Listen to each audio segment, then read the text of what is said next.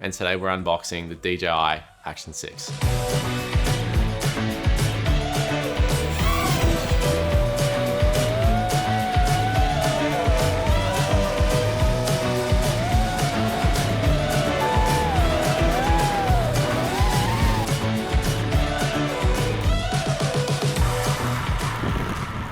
Hey guys, I know it's been a while and I'm super sorry that I haven't uploaded.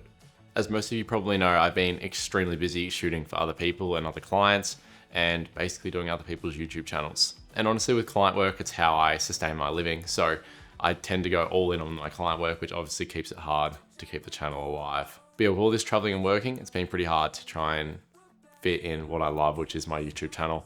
And I'm pretty disappointed in myself for that, but that's not the point of this video. I'll touch on that in another video.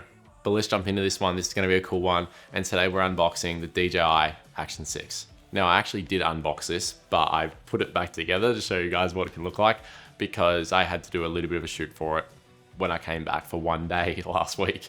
And I quickly jammed in a shoot to get it out for these guys. I'm gonna compare the Action 5 to the Action 6 for you guys because I tend to use action cameras more than I use the Osmo Pocket nowadays. Literally just because I find them way more convenient, and although maybe not as stable, I find it good enough for the job and they're just so much more versatile. So I tend to use action cameras a lot more than what I use the Pockets. All right, so let's unbox the Action 6 and let's talk about everything that's new. So DJI have sent me the Adventure Combo. So if you decide to purchase the Adventure Combo, this is everything you can expect to get. This is what it looks like, super compact and honestly, pretty cool. The Action 5 actually comes with a cage, as most of you would know, so you can clip it vertically, but the Action 6 doesn't. I jam-packed it in this box again to show you guys, but now I can't get it out. Alright, so this is what the Action 6 looks like. And I put the little sticker on there just to show you guys. So that is the new DJI Action 6. And yeah, as I said, no cage. It does come with your standard pole, that obviously you use when you're hiking and throwing it around in the backpack and everything like that. Your other accessories that come with your Action 6, if I can get the box undone. All right, so your instruction manual. You do get two new mounts, the quick magnetic release mounts. I love them. You can now have one on the base bar or on the bar or something like that, and then also one on your chest, and vice versa. And yeah, I think that works quite well. A couple screws and batteries. The one thing I will say with batteries, if you do have the Action 5, they are the same batteries. The casing is slightly different, but they are the same batteries, so you can use your Action 5 batteries for your Action 6.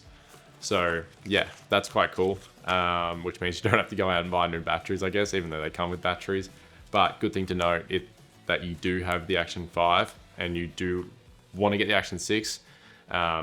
You might not have to upgrade to the full batteries if there's options. DJI also did give me the neck mount, which we're gonna go and test now on the bike. And yeah, we'll rip into that one too. All right, so it is fairly windy here as well. But what I'm gonna do is I'm gonna chuck the Action on the chest and give you guys what both will look like. And then I'll hold the camera and show you guys what that both looks like as well. So then you guys can give it a bit of a comparison.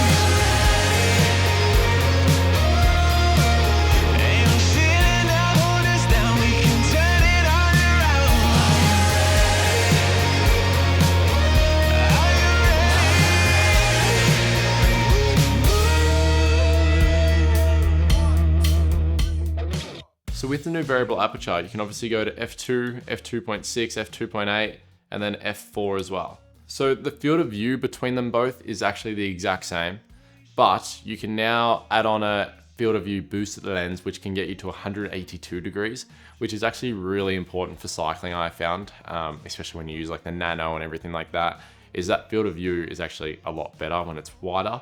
But yeah, so they're the exact same unless you get the field of view boosted lens, which I don't have, so I'm not able to show you guys. But the field of view boosted lens and the macro lens don't come with the Adventure Combo from what I know or what I've been given. but I can show you guys what the color difference is, because I actually do find there is a little bit of a color difference between the two. But yeah, so let's start with the main thing, and the number one thing that everyone's going to be talking about is the larger sensor. So the Action 5 Pro has a 1/1.3 inch sensor with a fixed aperture of f2.8. So the Action 6 actually jumps to a larger sensor, which is a 1/1.1 inch square sensor. So with the larger sensor now, you can actually reframe for TikTok, YouTube Shorts, stuff that I don't do, but you can reframe for vertical videos as well as landscape video, which is a little bit of a plus for those doing content creation nowadays. But for someone like me who typically just focus on horizontal video, not the end of the world for me, but I can see how that would be a major game changer for some people. So this new feature is actually pretty cool. I'm screen recording on my phone so you guys can also see it, but so it basically films in 1:1 and 4K at 60 frames per second, and I've currently got it on rock steady stabilization. But this is a new feature that allows you to crop into landscape as well as vertical. I'm about to go and take Boston for a walk, but there is a few things that I also want to touch on regarding the new square sensor. You guys would have seen in the previous clip those little black corner squares, but if you update the firmware, which I probably should have done, you can double tap this little icon and it basically shows you a full image. Now I'll film myself on the camera quickly just to show you guys what it looks like. Alrighty, so what I'm gonna do is I'll show you guys like this. So this is what it looks like now that I don't have the guides on. But if I turn this on and off, alrighty, so now the guides are turned back on. You can now see those square little corners, but all you have to do is double click that little button that I just showed you guys, that little button there, and it turns it on and off. And regarding the stabilization in this zone, you can have rock steady, obviously off, horizontal balancing, horizontal steady. But then with rock steady, you can also have your standard D-warp, your natural wide, your wide, and then your ultra wide. So you can still have all the settings in this mode as well. But yeah, I just find the color and the skin tones are so much better on the Action 6 upon editing all that footage yesterday. But yeah, let me know what you guys think. I don't think anyone is actually gonna really talk on this, but I found the skin tone between the Action 6 and the Action 5 to be fairly different. I quite like the Action 6 skin tones. I find them a bit more realistic. Just something I've noticed whilst actually using it. But yeah, I'll put a bit of side by side in comparison on the screen. You guys can let me know if you can tell the minor difference as well. So ND filters, these are the ND filters for the Action 5 and these are the ND filters for the Action 6. I actually find the new ND filter casing quite nice. So these are the difference between the two ND filters. So ND filters basically allow you to shoot double your frame rate. So 1/50 if you're shooting 25 and vice versa, 1/200 if you're shooting 100. And it just gives you that natural motion blur that most people are after. But yeah, my preference when shooting action footage is I will always have ND filters on, whether it's underwater, whether it's sunny. Only time I probably won't is if it's indoors, but then again, I'm not really using an action camera indoors, to be honest, a lot of the time. Your Action 5 ND filters will not work with your Action 6. Just to keep you guys updated and let you know that if you're looking to use your Action 5 ND filters for the Action 6, they won't work. So as I said before, between the two, I do find it to be quite better and just able to control the skin tones more, which means quite a lot to me with action cameras. But yeah, that depends how you grade and what you like your look to look like. So that's pretty subjective in itself, to be honest. From watching other content creators, I know people do use it, so I will report on it. But when you can only use a single microphone for the Action 5, whereas the Action 6 now has the capability to connect to your DJI Mic 2s and can connect to both microphones. That means on the Action 6 that you can run one microphone with yourself and another with another person, or another to get external audio, such as maybe the wind or bike tires or something like that. But you can now connect two microphones to the DJI Action 6. But I tend to just use the inbuilt microphone because I find everything works quite well and it actually picks up your voice a lot. So with both cameras, they can both do 4K at 120 frames per second.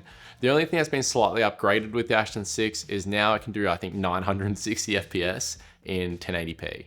So storage and battery, they're both about the same. I think there's about 47 of inbuilt storage on the Action 5 Pro and 50 on the Action 6. Now, if you're shooting on the bike or anything like that, I would typically expect these to last about an hour to an hour and a half when you're shooting in 4K. I haven't really got it to much last longer than that, but some people do, and sometimes you don't need 4K. But I tend to record in 4K because it's for YouTube. But yeah, that's what I find with the battery life. So the main question that I know is going to be asked and talked about is, should you be upgrading from the Action 5 Pro to the Action 6? Now, I'm sorry to disappoint some people, but I'm not going to comment too much on the low light settings because I just don't use action cameras for low light, and it would be pretty biased if I did. But I just wanted to give you guys the information about the low light capabilities of the new Action 6. Now, if you need the capabilities of a dual mic connecting to the Action 6, which could be quite good for podcast, or if you need the bigger sensor, variable aperture, then the Action 6 might be worth the upgrade. And the ability to reframe for short form and long form content, being vertical and horizontal, is also quite a good feature. So I can see the reason why some people might be upgrading purely for that reason as well. Now, if you mainly shoot in daylight and you don't need the reframing capability, and you also don't really use the audio, then the Action 5 Pro is still actually a really, really solid action camera. And it's crazy to see where action cameras come from. And my first ever action camera was a Hero 4 Silver. So yeah, to get what you can get nowadays in an action camera is actually quite insane. So that's a pretty quick review of the DJI Action 6, and that is my second ever review.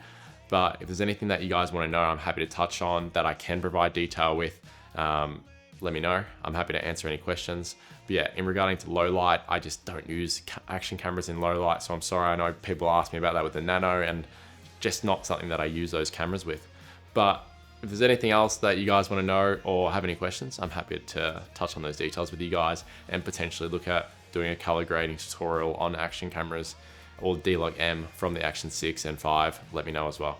Now, I've got a pretty busy end of the year, so I'm actually not going to promise any videos for a little bit, but I will try my best, and I am going to hopefully get out a video before I leave to the UAE. Thanks for following along if you're still following along, and if there's anything that I can help you guys out with, feel free to comment on YouTube. I'm much more likely to reply on YouTube comments than I am Instagram DMs, purely just because I don't really see Instagram DMs. It's something that's like glitched in my DMs, and I can't really see the requests that are coming through.